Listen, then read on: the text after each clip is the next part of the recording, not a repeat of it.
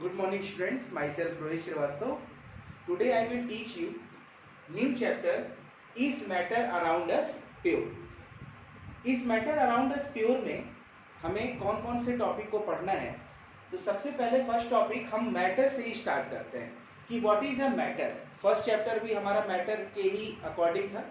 तो मैटर कि all the substances around us have different shape, size and texture. ठीक है ना। ऑल द सब्सटेंसेस, जितने भी सब्सटेंसेस हमारे अराउंड है वो डिफरेंट शेप में है, साइज में है एंड डिफरेंट टेक्सचर में मिलते हैं। एंड एवरीथिंग इन यूनिवर्स, जितनी भी चीजें यूनिवर्स में है, is made up of matter. ये एक छोटा सा मैंने यहाँ डिफिनेशन लिख दिया था मैटर का। सो मैटर के बाद हम चलते हैं ब्रॉडली क्लासिफिकेशन ऑफ मैटर। तो क्लासिफिकेशन में अब हम न्यू टॉपिक पढ़ेंगे कि पहला क्लासिफिकेशन हम प्योर सब्सटेंसेस के अकॉर्डिंग, और दूसरा हम इम्प्योर सब्सटेंसेस और मिक्सचर भी हम इसे बोल सकते हैं, इसके अकॉर्डिंग हम इसको देखेंगे। So first of all pure substances, what is a pure substances, क्या होता है। तो प्योर सब्सटेंसेस मीन कि a pure substances is a one that has a uniformly composition. मैं इसके बाद आपको यूनिफॉर्म कंपोजिशन भी लिखवा देता हूं। ये क्या होता है, uniform composition and always has the same texture, colour, taste at given temperature and pressure. मतलब प्योर सब्सटेंसेस मीन कि एक सिंगल एलिमेंट से जो एक सब्सटेंस फॉर्म हुआ। ठीक है ना। प्योर सब्सटेंसेस को जब हम और भी क्लासिफाई करेंगे तो उसमें हम एलिमेंट और कंपाउंड्स के बारे में भी पढ़ेंगे। ठीक है। तो इसके बाद हमने क्या लिखा है कि it is not possible to change the composition of pure substances. यानी ये पॉसिबल नहीं है कि हम जो प्योर सब्सटेंसेस होगा उसके कंपोजिशन को चेंज कर सकें बाई एनी फिजिकल मेथड, यानी किसी भी फिजिकल मेथड, मतलब सेंट्रीफ्यूगेशन, फिल्ट्रेशन, डिस्टिलेशन, जितने भी फिजिकल मेथड्स हम इसको, ये फिजिकल मेथड्स भी हम आगे इसी चैप्टर में आगे पढ़ेंगे कि हम इन फिजिकल मेथड्स के थ्रू प्योर सब्सटेंसेस के कंपोजिशन को चेंज नहीं कर सकते। It has a fix boiling and melting point, क्योंकि इनका फिक्स और मेल्टिंग पॉइंट और बॉइलिंग पॉइंट फिक्स होता है। सेकंड हम चलते हैं इम्प्योर सब्सटेंसेस और मिक्सचर की तरफ। Substances contain more than one element or compound which are not in any fixed ratio। यानी इनके में जो एलिमेंट या कंपाउंड है उनका जो रेशियो है वो फिक्स नहीं होता। और इम्प्योर सब्सटेंसेस या मिक्सचर को हम दो टाइप में पढ़ेंगे। फर्स्ट है होमोजेनस मिक्सचर एंड सेकंड है हेट्रोजेनस मिक्सचर। तो आप इस पॉइंट को नोट करें, हम नेक्स्ट पॉइंट पर आगे बढ़ते हैं।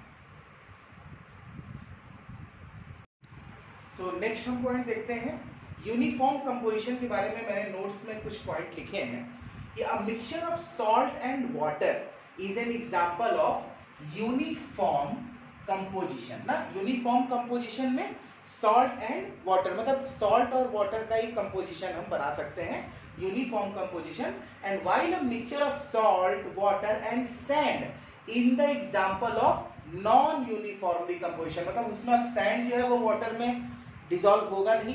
ठीक है ना। तो ये नॉन यूनिफॉर्मली कंपोजिशन है, यानी रेशियो जो है ना वो फिक्स होना चाहिए यूनिफॉर्मली कंपोजिशन में, वेरी 1:1। ठीक है ना। और नॉन यूनिफॉर्मली कंपोजिशन में कोई भी फिक्स रेशियो नहीं होता है। So in case of uniform composition the molecules of all the components are arranged uniformly throughout the mixture. ठीक है। तो ये मैंने कुछ पॉइंट नोट्स में लिखा। अब हम आगे बढ़ते हैं। प्योर सब्सटेंसेस को मैंने दो कैटेगरी में डिवाइड किया, first elements and second compounds. So what is an elements. तो elements pure substances which are made up of only one kind of atoms are elements. मतलब जो भी प्योर सब्सटेंसेस है वो सिर्फ किसी एक एटम से मिलकर बना हो, सिंपल एक एटम से मिलकर बना हो, सिंगल एक एटम से, वो एलिमेंट्स हो सकता है। जैसे एग्जांपल में देखो, कॉपर टी पॉट, यानी जो भी टी पॉट है कॉपर का, उसमें सिर्फ कॉपर के ही पार्टिकल्स यूज हुए हैं, सिर्फ कॉपर यूज हुआ है, अदर कोई भी एटम यूज नहीं हुआ है। आयरन नेल, वैसे ही आयरन नेल भी है, सिर्फ आयरन के पार्टिकल्स हैं। गैसेस, ठीक है, गैसेस में जैसे ऑक्सीजन O2, यानी 2 मॉलिक्यूल्स ऑफ ऑक्सीजन यूज है। हाइड्रोजन यानी 2 मॉलिक्यूल्स ऑफ हाइड्रोजन यूज है, यानी सिंगल एक एटम से फॉर्म हुआ है, उसे हम क्या बोलेंगे, प्योर सब्सटेंसेस। कंपाउंड्स में आते हैं A compound is a substance which is made up of two or more elements chemically combined with each other is a fixed ratio. यानी दो या दो से ज्यादा एलिमेंट्स यूज होंगे, केमिकली यूज होंगे, ठीक है, और फिक्स रेशियो में होंगे, सो कंपाउंड कहलाएंगे।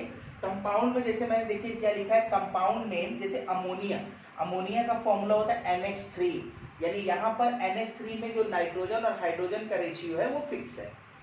मीथेन गैस CH4 बोला जाता है, नाइट्रस ऑक्साइड N2O बोला जाता है, सॉल्ट जो कॉमन सॉल्ट रॉक सॉल्ट होता है उसका फॉर्मूला होता है NaCl, ठीक है। तो ये तो मैंने कुछ एग्जांपल लिखे हैं। वैसे कार्बन डाइऑक्साइड, वाटर, जैसे वाटर आप ले लो उसमें भी फिक्स रेशियो होता है, ठीक है, सब में एक फिक्स रेशियो है।